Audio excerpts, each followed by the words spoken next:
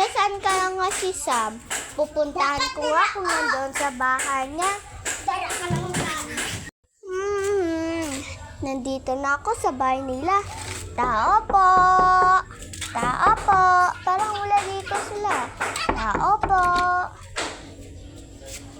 Ay, nandito ka pala, best friend. Ikaw, anong pangalan mo? Uy, dapat ng classmate ha. Ikaw ba? Hindi na kay Papa Chinila. Ay, salamat. Nandito rin ako nagbibidyo sa palengkehan. Bili ka lang na kay Papa. Aday. Hindi ko yun. Preso ka man dyan. Sa amin. Mami!